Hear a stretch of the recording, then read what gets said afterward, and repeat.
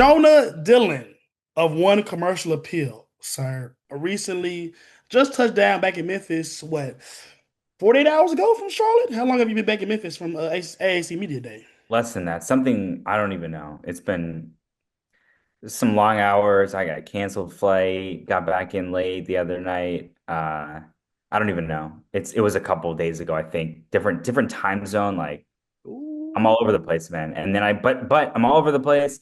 I'm tired. I'm trying to do a million things. But when you called me, dropped everything. Here I am. come on now. That's what we appreciate. For all you guys that think that the business of sports media production is glamorous, listen to the pain and struggle in Jonah's voice That's detailing. not, I wasn't really, I don't think my goal here was to turn people off of wanting to be in sports media. I guess that's how you took it. But uh no, it can be glamorous. Okay, Not it's always, glamorous. but it People can be. recognize you across. Ryan Silver says you're a Memphian now. It can be glamorous. You're correct. Right, right, exactly. Yeah. So, Jonah, we'll touch on the thing you want to talk about least first. Something that's honestly the biggest news that we'll discuss. Former Tiger defensive back Taj Rael. Am I saying that right? Yes. Here, honestly, he recently been embroiled in some controversy with some purported sharing of playbook information to UTSA prior to the Tigers' loss to the Roadrunners last October, November was that? Was that November? November. Beginning of October November, yeah. 2nd, yes. And that was a pretty big loss for your Tigers, Jonah. Knocked them out of AAC title contention, knocked them out of potential playoff contention. So, you're a good friend of mine. I put out about 1,000 words on it this morning. You texted me and said you had some thoughts that you wanted to share that you were waiting until said podcast. So, Mr. Dillon, give me your thoughts on how big a deal or not big a deal you think that this Taj Rael situation is or isn't. Okay, all right. So first of all, obviously, yeah, I've been saving this up. Connecting this to the Big 12 and Memphis, which I'm sure we'll get to, the projection by the Big 12. I can say 100% this had nothing to do with that. So I'd like to that's what I wanted to again, this came out after the Big 12 stuff had already happened. So let's make that clear also. So that's what I wanted to say. I mean, look, I was at American Media Days on Friday. We obviously asked everybody about it. Owen McCown was there, so we got a chance to ask him about it in Charlotte, which is where he went to high school with Taj Rael, which is again, they knew each other. They went to high school together, played football together, had a relationship, which is kind of why they were talking. And look, everybody said like and Tim Pernetti also addressed it, the commissioner of the American. He said this happened, whatever, it didn't affect it. Let's move on. Now, I know a lot of people didn't accept that and they don't want to move on. This being social media, college football, we can never move on from anything. So it's important to note that.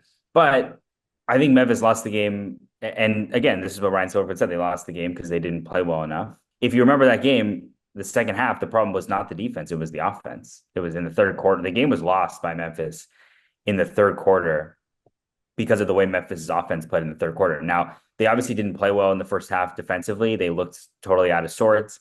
And then obviously, I mean, that game was crazy. Remember the Demir Blankowski touchdown celebration Hey, that's where he tore his stuff, huh? with the Ronaldo celebration as he was having like a all-time game, basically, and that kind of ended it. So there was a lot of reason why Memphis lost the game. I don't think you can distill it. I've watched people posting clips from the game. Like, I don't think that necessarily proves anything. Obviously, we know that he did it. And now he's gone. I also, he wasn't on the team at that point. The messages, one of the things you heard Owen McCown said, the messages didn't make any sense. It's important to note one of the messages was talking about number 0, which is Cortland Marsh, and saying that he has a hamstring injury and he's out of eligibility and you should target him. Cortland Marsh had not played the entire season and he didn't play in that game. So when he says it doesn't make sense, it's true. That doesn't make any sense. It doesn't, like, he didn't play in that game. So that had no bearing on anything. And his injury was not a hamstring injury. So that one confused me. I don't really understand it. Obviously, Taj wasn't with the team at that point. So maybe there's some disconnect. But yeah, weird story. But again, now it's like they're not playing this year. So not a lot to discuss in terms of that, unless they play in the conference hell game, in which case, boy, we're gonna have a lot to talk about. Uh, but yeah, I mean, like let's play football, right? That's kind of how I feel. I mean, I understand people want to keep talking about it, but like I don't know what else there is to talk about at this point. It's been addressed by everybody involved, so there's nobody else to like contact about it, and nothing is going to happen.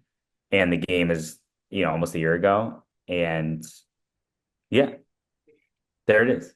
Okay, okay. I don't actually disagree with you on any front, John. Honestly, I just think that I offered a perspective that you did not address right there. Of course, hate to flex on you, buddy, but as a former D1 athlete, I think it just, I think it Oh, just, it did hit a little closer to home because, like you said, regardless, and it does appear at this point that the information was inconsequential at best. But I just think the fact that the attempt was made, I think the fact that the intention was to harm a program that you were formerly part of, I think that that was the most bothersome for me because that again, like not to quote my article word for word, but that just goes against the very ethos of sports and competitiveness. You know, we have guys in the NBA, we have guys in the MLB recently or back in the day, guys like P. Rose. Obviously, it wasn't a bench situation, but you know, if there's a reason to well, believe that there's any reason that either you're not invested in your team winning, again, it maybe again, it wasn't Todd's team because he was on the team. We'll get to that a little bit. But the malicious intent of it is what bothered me most. But I think that speaks more to who Taj Rael is a person, maybe more than anything else. Because when I posted that things on my story, I had some former Tigers and some feedback that indicated that this is right in line with Mr. Rael's mental makeup. So I have to get into you with that as the CA's Tiger football beat reporter. What were the circumstances surrounding Taj Rael's departure from the Memphis Tiger football program? yeah, I mean, so he played in it was a weird situation because he came before last season, then he left the team in the summer and was off the team. And then Cortland Marsh got injured and who was gonna be the starting safety. And also this is a team that played with Jordan Hankins defense is playing three safeties. So you obviously need a lot of safeties. And Cortland Marsh was injured. They thought he was going to be out for the season initially. He ended up coming back towards the end. And so once he was out, then they thought, okay, we need another safety, right? We need more depth here. And it was after the portal window closed. So it's not like you can just dip in the portal and get somebody. And so they went in and added Taj Rael back to the roster. He ended up being the starter for a couple games and actually played well. If you remember the Florida State game, he had an interception in that game against your guy Mike Norvell. So that was and your guy DJU. So that was his. I mean, that was a good. Like he played well in that game, and then I mean, against Navy, he was playing like linebacker basically. I mean, he was playing multiple positions and was like not only playing and starting, but like a huge part of the game plan. If you go back to the Navy game, Memphis, as Jordan Higgins told us before last season, he would do basically change his entire defensive like structure for that game, and it was around Taj Rael, and he was playing linebacker essentially for that game. So he was playing a really big role, and he played in four games, and then he left and he went in the portal. And so it's one of those situations. It was a little bit different than like the Matthew Sluka situation because it wasn't as like out in the open, I think. But it was a situation where, okay, I've actually played well. I have opportunities to go play at a power conference school, maybe. And so I'm going to take a red shirt and go in the portal. And so that's what he did. He played in four games and he left. And look, obviously, people have said a lot of stuff about him. I'm not here to bury anybody. And also, having talked to some people in his background, knowing a little bit about what he went through, like, I don't think that it's for me or anybody to like bury, especially college kids. But I understand, obviously, why everyone is so upset about it. And then once he left, like, then they went back to Darius Coffey, and he struggled a couple games. And then when Cortland Marsh came back, I mean, you saw how much better the Memphis defense played towards the end of the season. It was because of Cortland Marsh was a huge part of that coming back or starting. I was, coming to the team, being able to play. And so, yeah, it was a weird situation. It went on throughout the year. We knew about it. And then he ends up going to Purdue, which not so, a lot of guys, and Darius Coffey, I just mentioned, also went to Purdue. Charles Clark, who was with Memphis last year, was a secondary coach, left after the season, went to Purdue. And so that's the connection there. You see that a lot, right? With position coaches leaving, going to other schools, bringing guys with them. And so that's why everyone kind of ended up at Purdue. And yeah, so none of that is surprising. It's just kind of straightforward. That's how college football works nowadays.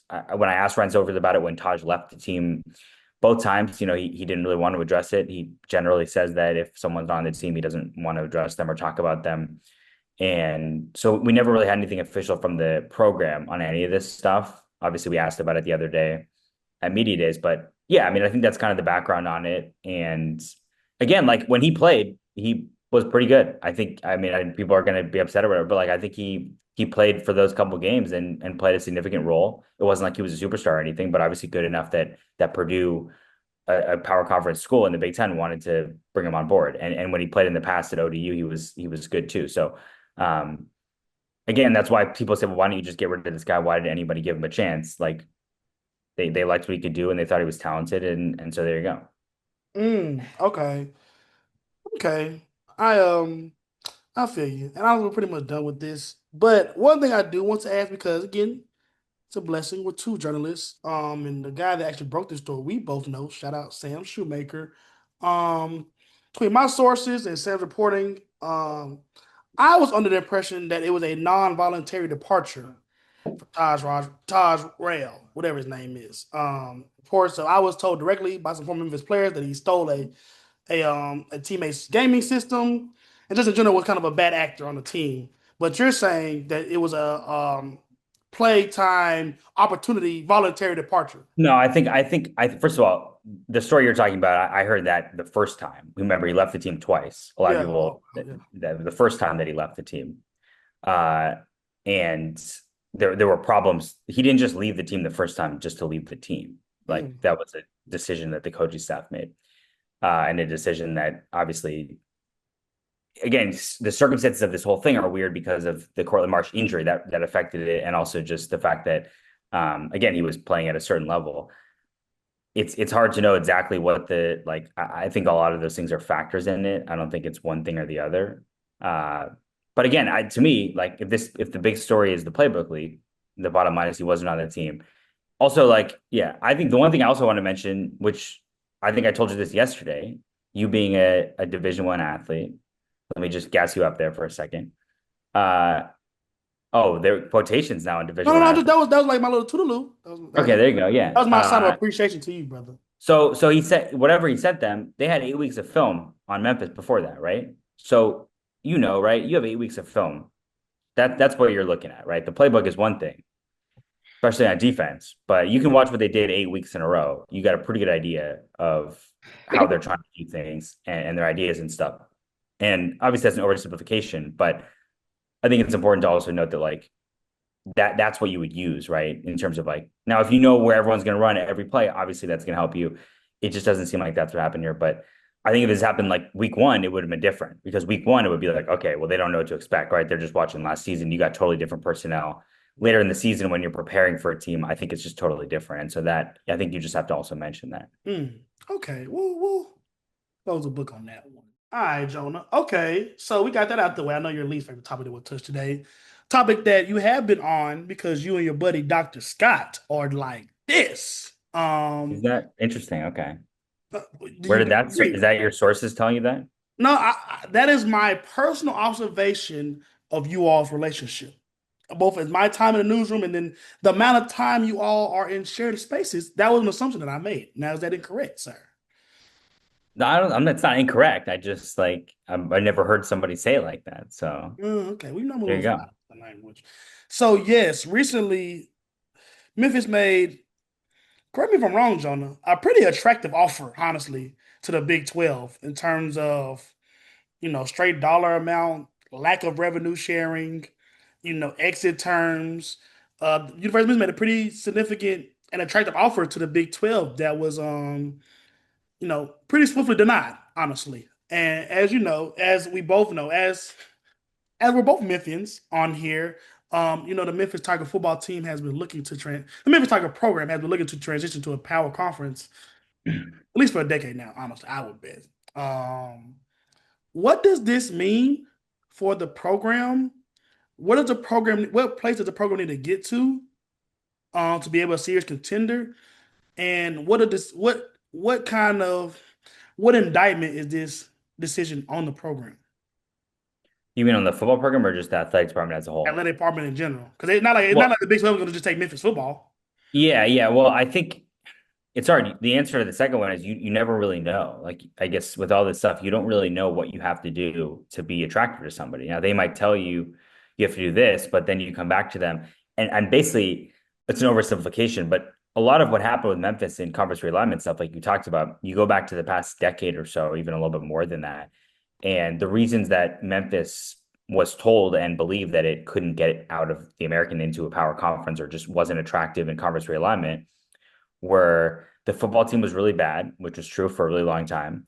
The stadium was falling apart and needed renovations, and the university's academics weren't good enough. And over the last decade, they basically addressed all of those things. And pretty clearly, like you can say, they did this, they did this, they did this. And those things are all better, right? The football team has gone to a bowl game every year for more than a decade. The stadium is being renovated. It's supposed to be completed next season. They spent over $200 million on the renovation. And then you've got this Carnegie R1 classification for the university, which is a really big deal. And they've been improving academically in other ways as well. So I think they've improved those things, which leads you to believe like, okay, well, it was something else, or those weren't the actual reasons. Now it's hard when you go to the Big 12 because they're considering, they have a lot of things to think about in terms of do we want to add teams? And I think one of the things that hurt Memphis is that Memphis has been trying specifically to join the Big 12 for that entire time. Like there's been at least 3 or 4 times in the last decade or so where Memphis has basically said, whether it's formally or not, they've said we want to join the Big 12 now. And every time the Big 12 has said no. And so now you have another situation where Memphis goes to the Big 12 and says we want to join. And I think if I was a president in the Big 12, especially when someone who's been in in the conference for a while, not someone who just joined, that comes across your desk and you kind of say, okay, well, I've already said no to Memphis 3 different times. So now they're telling me this is all different. They're telling me, no, we really we did this, we did this. I think a lot of people probably didn't engage with that to a super high extent. And they probably just saw that Memphis was asking to join the Big 12 again. And they said, we've already said no X amount of times and I'm not interested. And I think that's the problem for Memphis is there's just some things that you're not going to be able to convince people, right? Even though the pitch is different this time. It's a And there's perception reasons, thing. it's a perception thing of just like, this is the same school or the same team or whatever that we said no to. Let's be honest, the same city that we said no to the other times. And so they're coming back and they're saying they did this. And again, I want to be clear, like all the stuff that they're saying is different. I just went through it's all true. They did improve all those things. But it's a really hard pitch to somebody who's not following all that, like we are, obviously, and doesn't really understand the impact that those things have had on the program, on the city, on the football stuff, all that stuff. And so, yeah, I think that's the biggest thing for the Big 12. I've saw some people say like, well, they're just waiting to raid the ACC or whatever. Like, if they're going to raid the ACC and they're going to add 5 or 6 teams, there's no reason they couldn't add one more. So I don't buy that as being the reason. I think it has to do with Memphis. And I think it's basically them saying to Memphis, look, we're not interested. Like you can raise the dollar figure. I mean, everybody has a price. Because So you maybe, as a core, as a program, you could be well, it's whatever. just hard. I mean, if I was in the Memphis athletic department, that's how I would take it, right? Without knowing obviously the details of how those conversations went. I think I would be, man, okay, you're not interested because you just aren't interested in Memphis. Because my thing is, Jonah, 2023, the Big 12 adds 3 former American teams: UCF, Cincinnati, and Houston. Orlando, comparable to Memphis. I'm sorry. I mean, destination wise, better, but like city wise, resource wise, comparable. Cincinnati, Disney World, man, come no, on. that's true. Cincinnati, Memphis is blowing that out the water. Sorry to my Northeast Ohio folks. Even school wise, I think that Memphis takes the cake basketball wise, obviously. Football, toss up. What you think, Jonah? Football, Well, look. I mean, football. First of all, investment is a big part of it. Memphis is probably better. I mean, it's hard. UCF obviously had been really good for a while. I mean, that's one of the reasons UCF had been the best Group of Five program for a while, right? And that helps you. If you go back to even 2023, though, the stadium deal was not done. Memphis did not have any mm, money to invest in the stadium, and obviously, the stadium, the longer you don't address it, the more quote unquote falling apart it is. And so that would have hurt them even 2 years ago because that was the time when the Big 12 was looking to add teams. They could have added Memphis, obviously, at that point if they wanted to.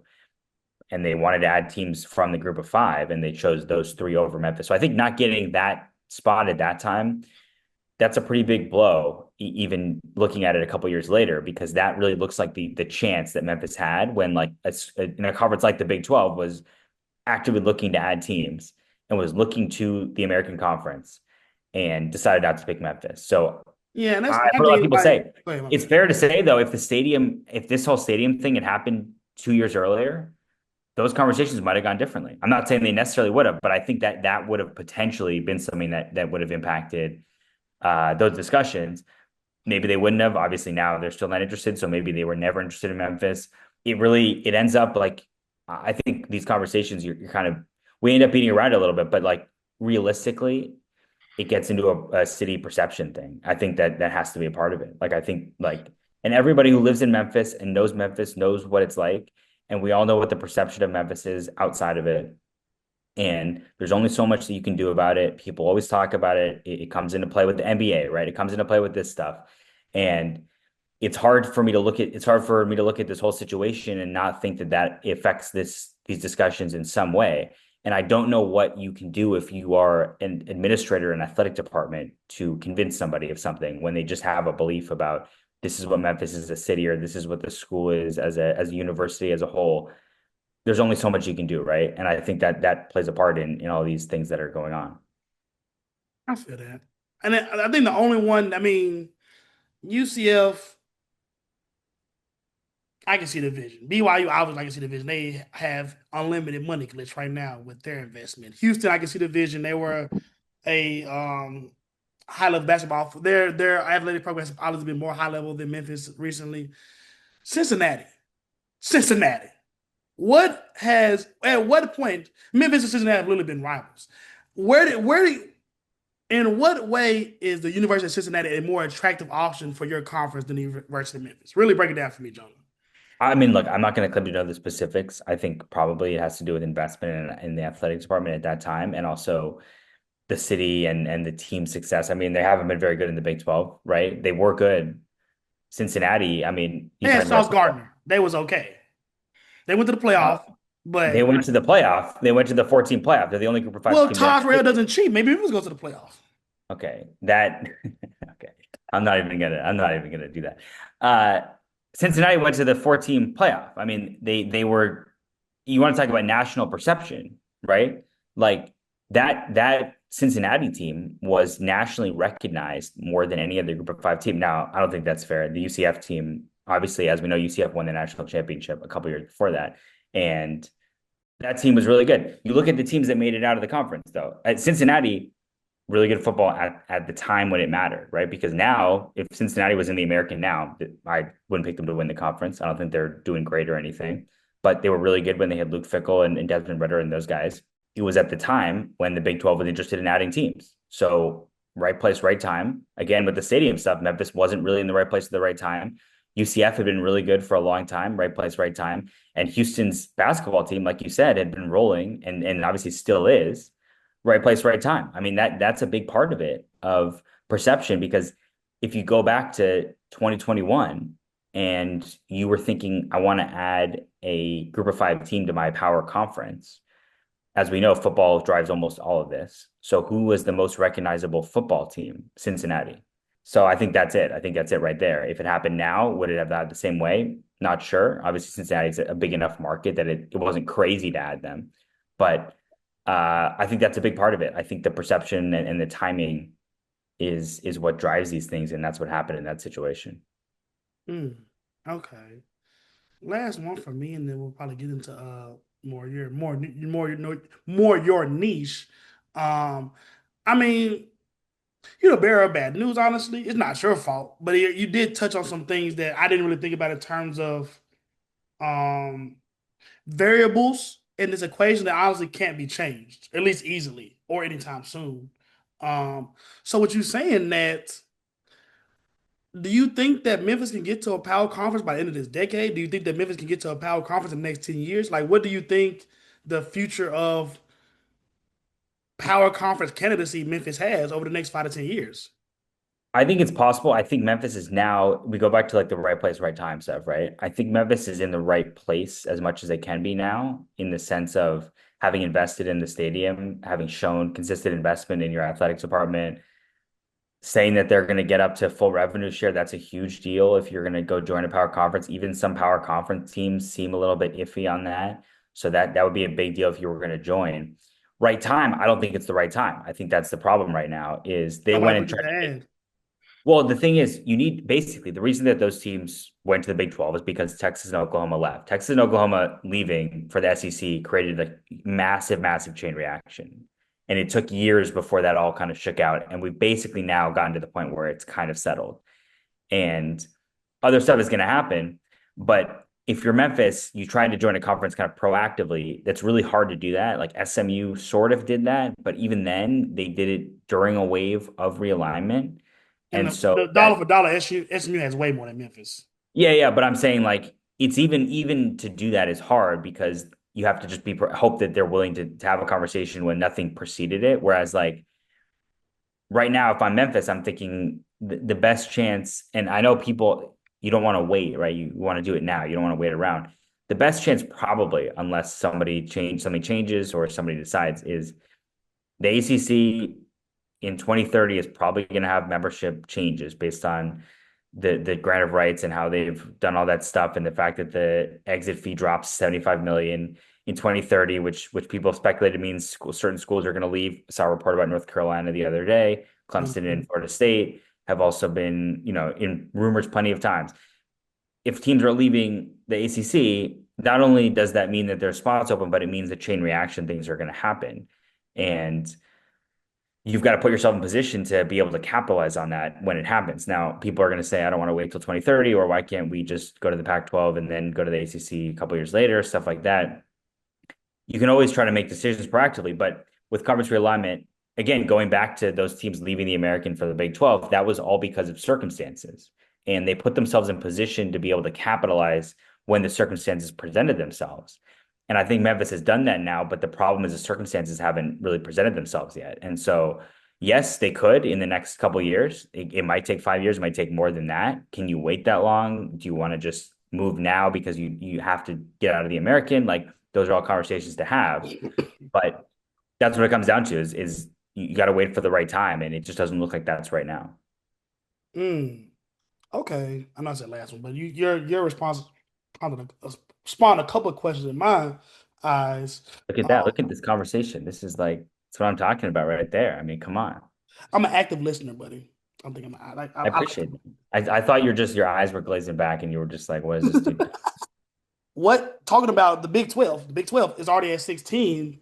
What do you think the next wave of movement looks like for them? You talk about like your chain reaction stuff. What is, are they closer to the SEC Big Ten conglomerate? Or are they closer to the ACC kind of sliding conglomerate? Yeah, I think they're closer to definitely to the ACC. I think basketball wise, they're in a really good place. They've kind of focused on building basketball and making that like a legitimate. Obviously, you got Kansas and then Houston. Like those are schools that are historically really successful and recently really successful. I think also some of the Memphis stuff signals that they're not necessarily like looking to expand right now, which makes sense. You have 16 teams, you don't need to expand. I think a lot of people think the solution for a lot of conferences is to just keep like fortifying yourself by adding more teams because people are going to leave. I don't know that necessarily is true because at a certain point you're just bloating the conference and you're diluting it. Even like with the American, one of the problems with the American football wise is that the teams at the bottom of the conference are really bad and they're weighing everybody down. So sometimes having more teams doesn't benefit you. It just hurts everybody at the top basically. So if I'm the Big 12, it seems like they're not interested in expanding. So I'm thinking, okay, we're going to see what happens with the ACC. If we can add schools from the ACC, it's probably worth it because obviously those are power conference schools. Depends on who they are geographically. Like, does it make sense for Stanford and Cal to be in the Big 12? Probably not. Does it make sense for SMU to be in the Big 12? Probably. Right. So those are the kind of things you have to think about. I don't know that the Big 12 is going to be seriously like if North Carolina, Florida State, Clemson, if those schools are leaving the ACC, I don't see them leaving for the Big 12 unless the ACC becomes such like a wasteland that they have to leave. But I don't see why that would happen if they were in the conference. So I think if those schools are leaving, they're leaving to go to the Big Ten or the SEC. That's a whole other can of worms. So the Big 12, it's kind of like you got to wait and see. I don't think they're necessarily in a bad place, though. I think the Big 12 is in a pretty good spot relative to what it could be with Texas and Oklahoma leaving at this point. they've added teams. They have enough teams that they're doing things that in football, they've got a lot of, I mean, Colorado is obviously a huge brand right now. With football, people are interested. Basketball, like I said, they're doing well. They're doing good in other sports. Like I don't think that there's any concern with that conference. And I think that's part of the reason why they didn't add Memphis. If they were thinking that things were going really bad and they needed to do something, then they would be ready to add teams, especially teams that were giving them that kind of a financial deal. So I think the fact that they said no, part of it, yes, is about Memphis, but part of it is about the Big 12 feeling like they're in a good enough spot right now. They don't need to make moves like that. Okay. Okay. That makes sense. All right, real last when we get to your niche. Obviously, location really doesn't even matter today in the age of conference alignment, realignment. But geographically speaking, the most logical choice for for a Memphis Tiger power conference program would be the SEC. You have natural rivals with Ole Miss and help me out, John. I'm forgetting. You're competing. Arkansas, Tennessee, There we what go. There we go. or you Thank you. didn't want to say it? Is that I, just, I literally could not think. you I won't could, even say it? UTK? brother. I don't. I almost said something. I ain't gonna mention that. I have no. My allegiance right now is to the Baylor Bears, Jonah. So I have no. But like geographically speaking, most of the Memphis recruits you're battling against SEC programs. You're in the heart of SEC country. So geographically speaking, how much that matters or doesn't matter, SEC would be the most logical, move for Memphis. Is that all a possibility ever in the next 5 to 10 years? No. I mean, no. I mean, I like it's true what you said. It geographically, it does make sense, but obviously, like geographically, it doesn't matter. Stanford and Cal are in the ACC, and the SEC is not adding anyone. If the SEC is going to add teams, then they're either going to be from the Big Ten or they're going to be, Florida State or Clemson, or North Carolina. Like I don't, they're not going to add a team for the Group of Five. That would be crazy if that happened. This is college football. It's college athletics, so I guess crazy stuff can happen. But Memphis going to the SEC, not on my bingo card. I'll just say that. The next conference that the Memphis Tigers will be a part of will be blank. You're really gonna put me on the spot like I that? really am. I really The am. next conference. So at some point, Whatever, because I mean, as a Memphian, as you share this title, we're all eager for them to lead to the American. You laid out a pretty, you laid out kind of a path, honestly, that you see, or at least some scenarios. But yeah, just give me an answer. And if you want to add some context, you add some context, we can get or not. But the next conference that the Memphis Tigers will be in will be blank. I'm gonna say ACC. I'm just going to. I really don't know. Like I really don't have the answers, and I'm not saying that that's happening anytime soon. And I'm not saying the ACC, if Memphis joins, will be the same ACC that exists now.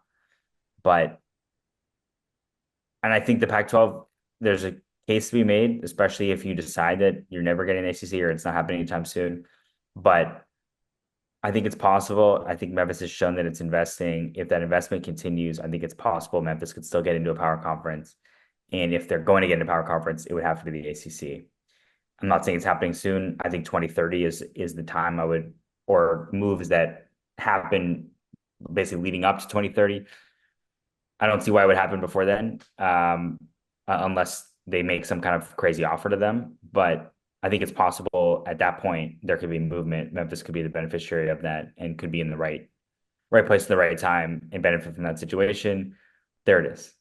That's my answer. 0% confidence, by the way. Jonah, add a couple zeros and a one behind that, brother. We need to have still some confidence If I in. could just tell everyone what was going to happen, I mean, that would You'll you make a make a lot lot more more money money. doing something else. Yeah. I'm about to say you would make a lot more money. Shout out.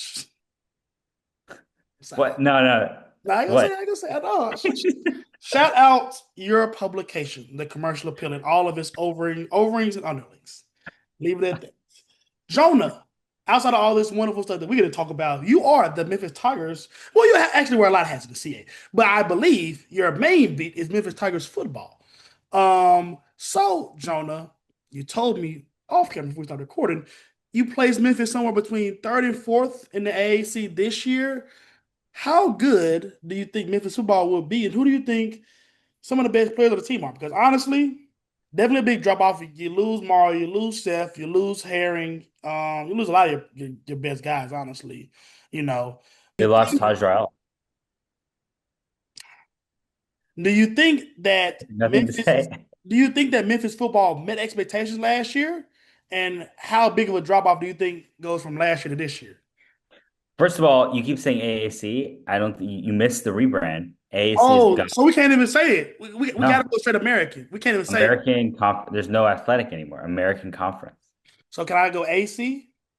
That's what I've been saying, like maybe we have to just do that, but it feels weird. Very, So, because but AC it's can I'm telling you, it's hard. American Conference, even like writing stories about it, it's easier to obviously when you have the acronym, it's easier. So very. it's not saying AAC is hard. Wow. I've been Thank you for the trying. correction, brother. Going forward, I will No, be. it's hard. I just feel, Yeah, you're uh, passing on your struggle to me. You got it. Got it. Got it. Got on behalf of Tim Pernetti, yeah, I'm telling you, it. no more AAC. He said he was going to come for anyone that started using it, so you better watch out. Ooh, ooh, Uh, all right now. yeah. Yeah. Okay, I got you. I got Um, yeah, okay, football. So yeah, they lost, like you said, they lost pretty much everybody on both sides of the ball. you. Yeah. Not super like yeah, crazy because Memphis had been pretty good continuity wise the past couple of years, but not that crazy in college football these days, and especially in the group of five. Look at like Tulane, they lost a lot of players too. Like a lot of teams, especially at this level, especially if you're good, are losing a lot of players. So that's just what it is. A lot of those guys that left, by the way, didn't go to the portal. They went to they're out of eligibility. They went to the That's NFL a or draft or graduation. graduate. Yeah. So like Elijah Herring, yeah, that was a big loss in the portal, and a couple other guys that were He's starters, at but where now? Florida State. If, Uh, Good. Keep going, Jonah. Keep going. I would love to talk about Florida State's outlook for this season.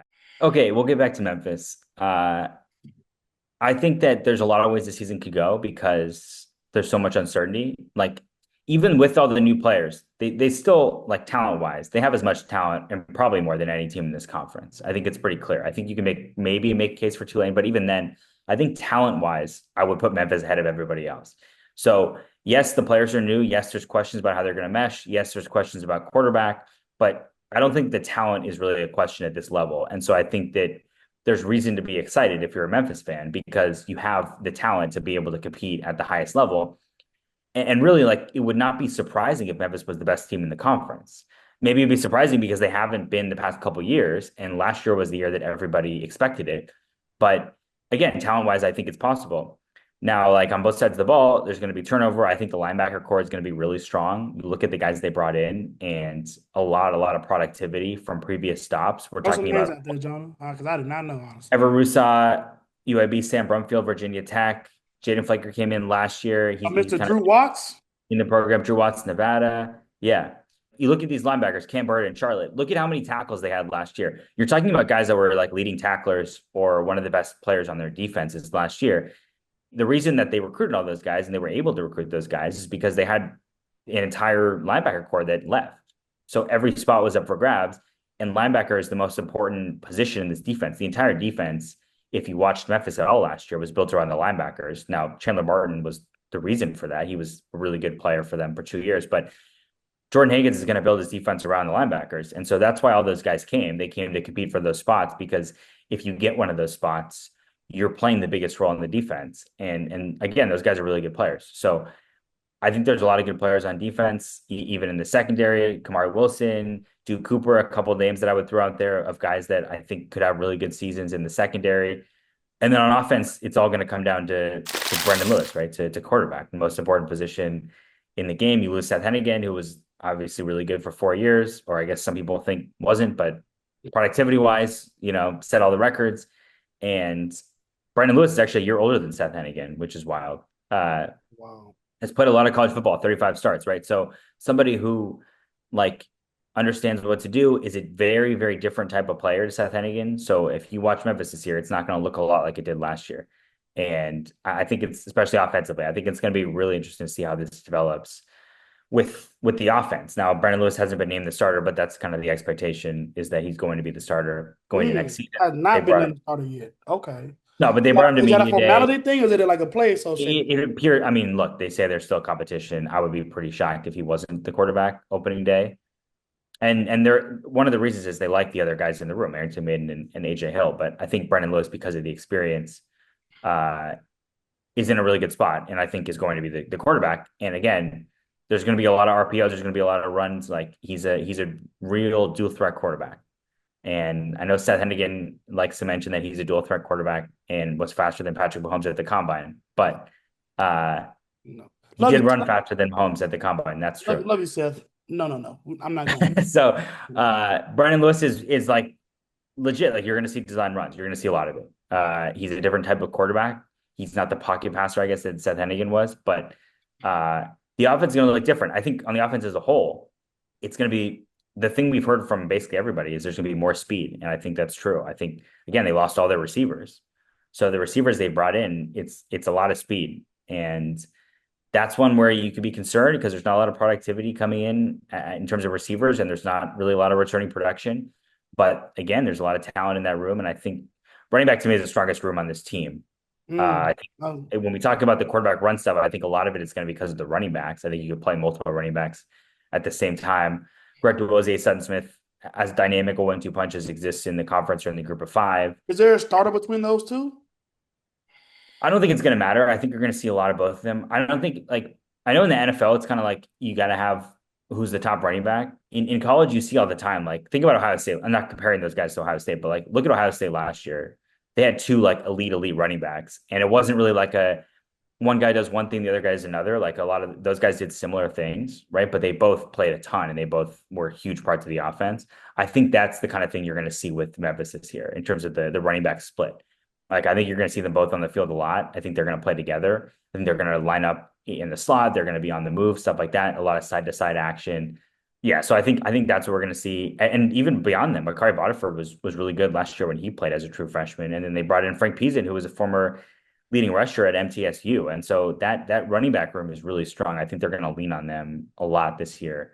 Second time we In got really Martin different Tennessee in the show. Shout out Martin Tennessee. Oh, I don't think we was recording when it happened. not Martin, no, Middle Tennessee, Oh, MTSU. My bad. My bad. MTSU, Murfreesboro. Yes. Okay. Mid Tennessee. It's all the Shout same. out to Murfreesboro, where I covered the best game I've ever seen, Christian Brothers Barclays Baseball 2024 Spring Fling state title game at MTSU's baseball stadium. That was a deep pool, Jonah. That was a deep pool. That's what you bring me on for. I mean, don't you That want to talk about is. That is exactly what I bring you on for. Exactly. Two things I wanted to interest, two that we talked about a lot. Sutton Smith, you were very high on him last year. Unfortunately, I was at the game. I was at the only game that I got to cover was the only game that he played last year. You were kind of all in on him probably being the most explosive offensive guy for the offense last year when there was a lot more talent last year. Now you're talking a situation where, I mean, obviously Greg DeRuzier kind of burst onto the scene last year. Do you still think Sutton Smith has that potential to be the best player on his team and a potential all first team conference offensive player of the year type of ceiling? Yeah, well, first of all, I didn't even think about that, but yeah, so you show up to one game and he tears his ACL. So that don't come around this stadium anymore. Like, Got it. Got it. uh I'm banned. I'm banned. I got you. you're bad. Yeah, I'm sorry. Like I just that's just what it is. I was actually I found an article. I was in the newsroom the other day at my office. I found a not my office, my desk. I was about to I say don't you know. upgraded. Upgraded. An office. I don't know. Yeah, I'm manifesting that. I need an There we office. go. There we go. PK. Yeah. I found an I found an article that I wrote from not before last season, before the season before that, and it was about if Sutton Smith was going to have a breakout season. So I've been predicting him to be the breakout player for this will be the third year in a row. Uh, some people, it's interesting. Like it's weird because I think he's one of those guys. Like he's become a pretty like divisive player within Memphis fans because some people, anytime I tweet out something about Sutton Smith or his recovery from the injury, some people will be like, "Why do we keep talking about this guy like he's a superstar?" Which is fair to the extent that like he hasn't proved it yet. I just think when you look at his skill set and you look at what he's done last year, obviously he didn't really play, but he played less than a quarter and then he got injured. So I don't think we can take anything from that. And obviously you have to assume that he's back now. He's had enough time to recover. It's not like I would expect him to be a full go when the season starts, right? Because he's had basically an entire year to recover from that injury. So I think that he's in a good spot. And obviously, we're assuming he's going to be the same level of explosive as he was before. If you Can look we at his, can we assume that though, Jonah? That's my no, question. I'm saying you can say, hey, I don't know, I want to see it first. Totally fair. The thing that I think people have to see first is like he's he showed flashes of like superstar potential. I think he's clearly done that, right? You just go look at his highlight reel. He has a better highlight reel than anybody. But he hasn't done that consistently. Now he hasn't had the chance to do it consistently either. Like when he was a true freshman, he was kind of getting his feet under him. He wasn't like a key part of the offense. When he was a sophomore, he was basically just a backup to Blake Watson. Blake Watson was a really productive player, but he was one of those guys that just could take every carry, right? And so it was not like Sutton Smith was ever really an every down type player. And some people are going to say he's too small, he can't be an every down type player. The coaching staff doesn't believe that. They believe that he can. Now, I think that he does have to prove that he can do that consistently and that he can, have 15, 20 carries a game. And can he handle just those types of hits, playing that amount of snaps? Can he handle just having 3-4 yard gains? Because we know about the big plays, we know about the get him in space and see what happens. Obviously, if you're running back a lot of plays, you just have to run up and see what's there, right? Sometimes you get 3-4 yards, there's no one, guys are in the backfield, whatever. If he's going to be consistently getting the ball, that's going to happen a lot. And so I think those are the questions. It's fair to question if he can do that at a higher level and in a bigger sample size. But again, like I said, I think that it's pretty clear that the ingredients to be a breakout player, to be a superstar type player are there. And there's only so many players on this team or in this conference that you can say, like, you can look at his tape or look at his skill set or look at what he's been able to do and say definitively, yes, he has that ability or he has that ceiling, right? It doesn't mean he's going to get there, but he has the ability to get there, and a lot of players don't. And so going to this season, I think that's going to be a huge storyline is can he get there? And also, I think it's important to note, Greg DeWosier, like you said, he was really good last, especially when he came back from his injury towards the end of the season. He was one of Memphis's best players. I mean, against Tulane, they had no answers for him. He was running all over that entire defense. And This guy that came in his last year is what, third on the depth chart coming from yeah, UMass? I going into the season, I was thinking, I don't think I was kind of confused. He came in and I saw some of the stuff he'd done at UMass, and he's somebody with a similar kind of skill set in terms of he's a dynamic player, really fast, was a track guy, kick returner type player.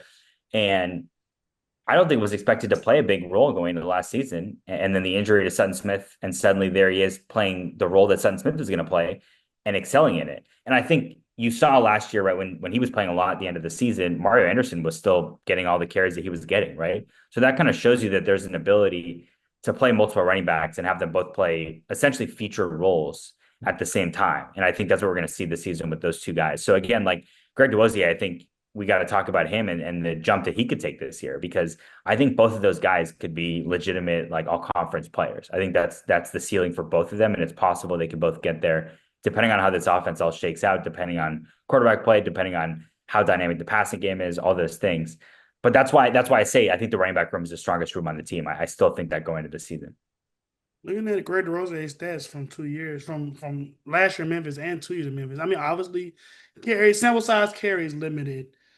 2023 is 37 carries, 300 yards, 8.1 yards a carry in 2023 UMass.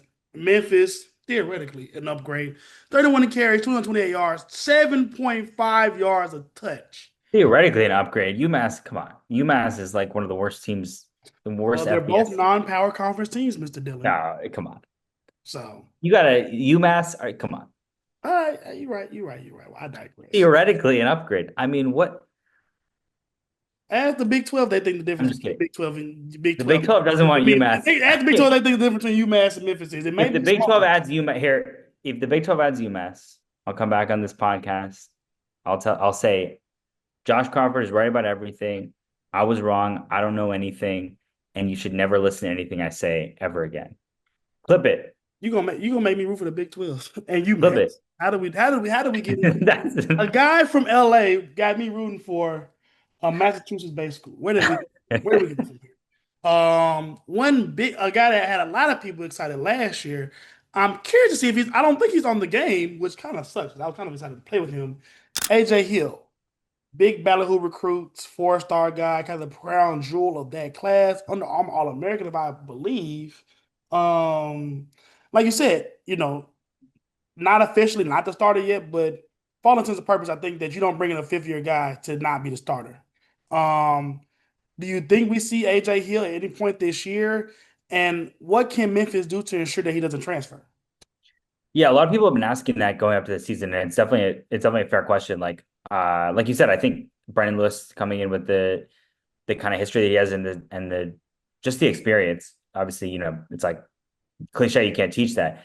With AJ Hill, part of the reason I think is that he, like you mentioned, obviously, huge big time recruit, one of the highest recruits Memphis has ever signed, somebody that like every SEC school was after, somebody that has crazy potential, but also not necessarily considered like a ready-made starter, like someone who's ready to step in right away wherever he went.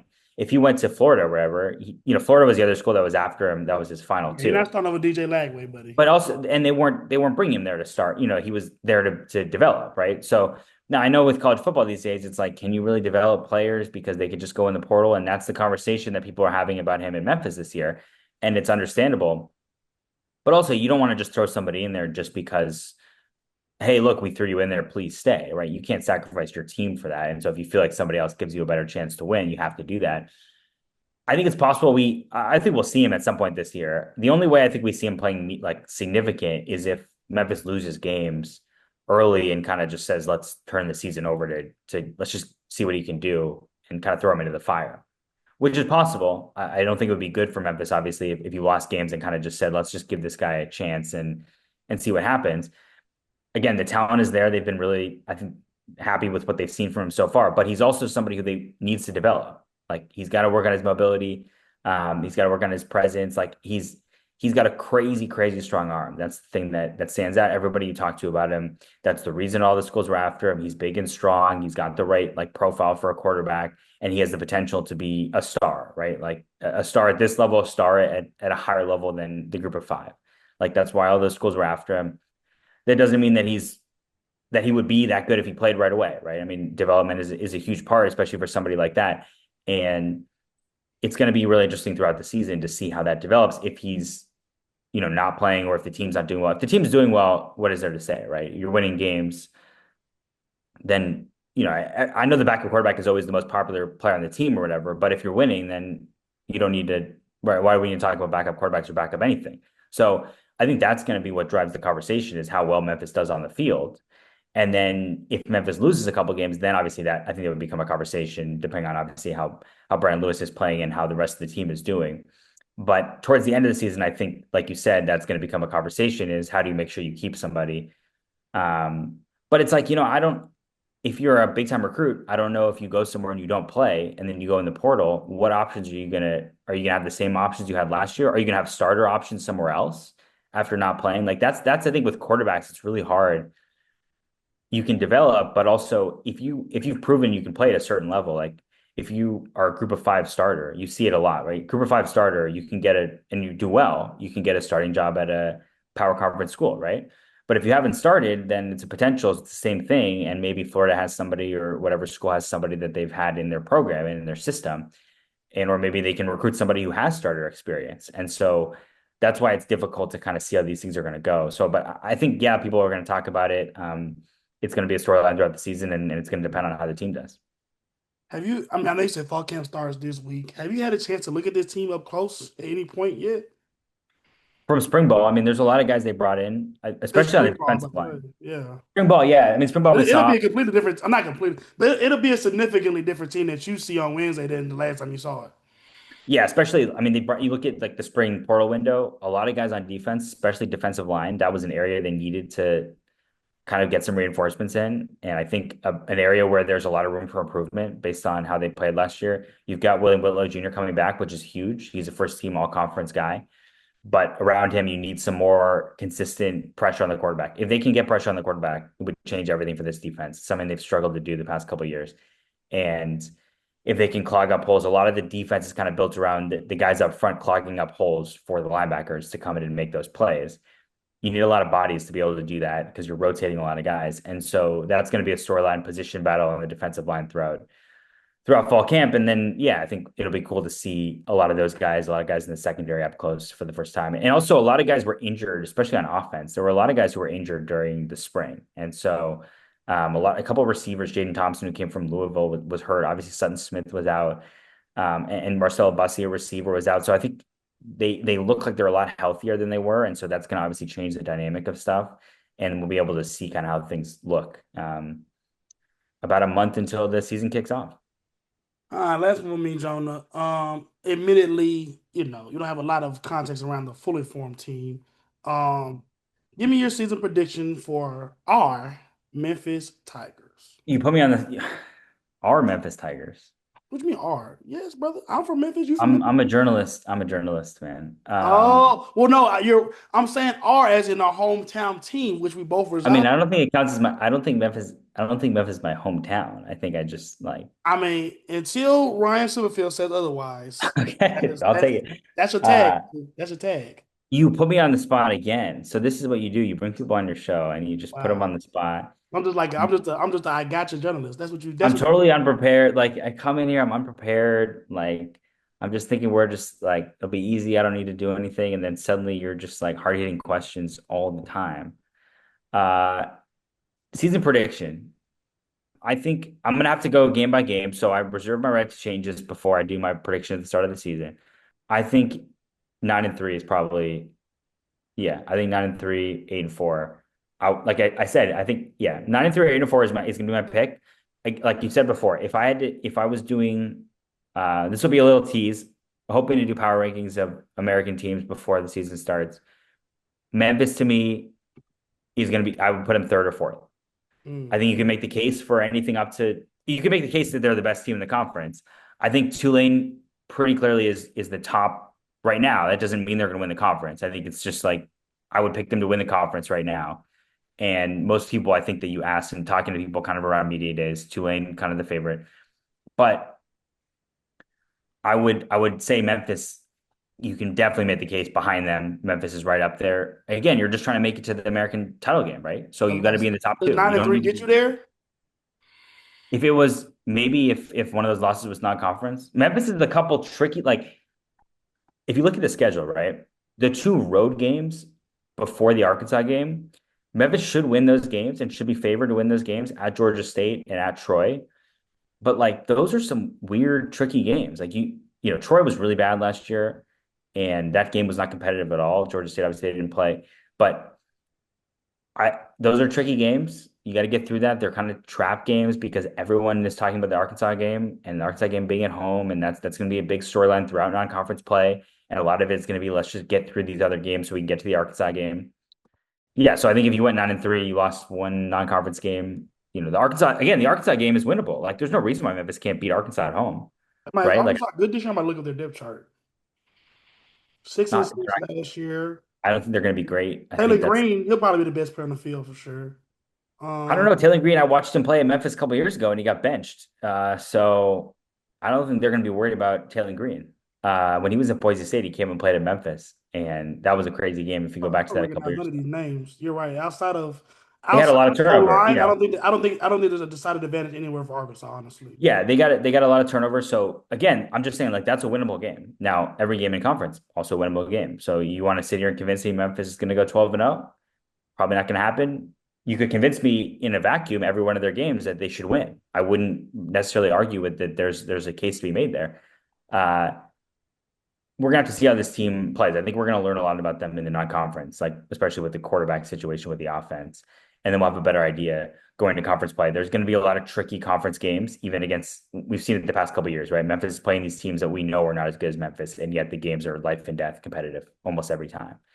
And you look at the schedule, there's going to be a lot of UTSA. games that what'd you say? UTSA.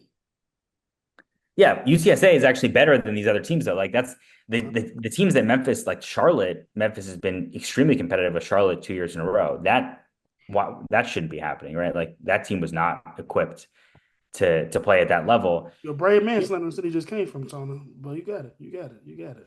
Well, I'm just first of all, shout out Biff Poggi getting fired, deserved another chance. Can't believe he got fired. Uh Hashtag free Biff.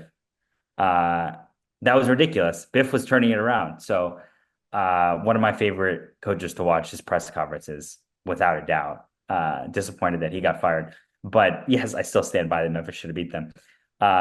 UTSA was good. Like they turned their season around. They played well the end of last season. They should be one of the best teams in the conference this year. I think that's pretty clear. They have one of the best quarterbacks in the conference, and their offense is good. So I'm not trying to trigger you again, but I. You do it effortlessly and intentionally with your Florida State digs, unintentionally. It's okay, Jonah. It's I okay. just want to say Owen McCown also, his dad, Josh McCown, is the quarterback coach for the Minnesota Vikings, who have maybe the best quarterback of all time in waiting and Is it JJ stupid to ask why all the older McCowns are right-handed and he's left-handed? Is that a stupid question? McCown. I'm like, What I'm is serious. that? What are you trying to insinuate? I'm not. I'm literally. I'm like. I'm not. I'm really like. What if Shador Sanders was left-handed? Like that wouldn't be weird. Like, just. I don't think I'd be okay with it. I mean, I would be okay with it too. I just think it would be weird. Like, hey, like your brother. Maybe. Okay. You in the most loving way possible. It was a stupid question. I got you. I got you. uh, yeah, but That is Jonah Dillon from the Commercial Appeal. Thank you, brother. You put up with my nonsense. We got to some serious stuff. We touched a couple of things. If you want to plug some stuff, you plug your power rankings coming up. Anything else you want to plug? no, practice start like I said, camp starts on Wednesday for Memphis. So I got a lot of stuff coming out after that. I'll have a story up before this comes out with like my kind of going through every team Memphis is playing this year in conference and I talked to a bunch of their coaches and stuff. It was cool out at media day. So a lot of insight from them. People like Trent Dilfer, John Summerall talking about their teams and about Memphis. Uh, and yeah, thanks for having me. We did. Anytime. Like I said, I just carve out as much time as you You need. just Like that. drop whatever you're doing, I huh? did. I dropped whatever. Like Handful of stuff you just Josh I've called. got like I'm looking, my phone's blowing up. Something's like people are like, "What are you doing? I need you right now." And I'm like, "Stop, like stop." Like there's no anything else right now. So I appreciate you. I appreciate your knowledge of my hometown team, our hometown team. As I said, go be important, and we'll connect some point soon, either close to the season or maybe once we get through this non-conference stretch. And like you said, maybe before the Arkansas game and see just how legitimate these Tigers AC conference championship there hosts you go. are. Jonah Dillon, Commercial Appeal. Thank you so much.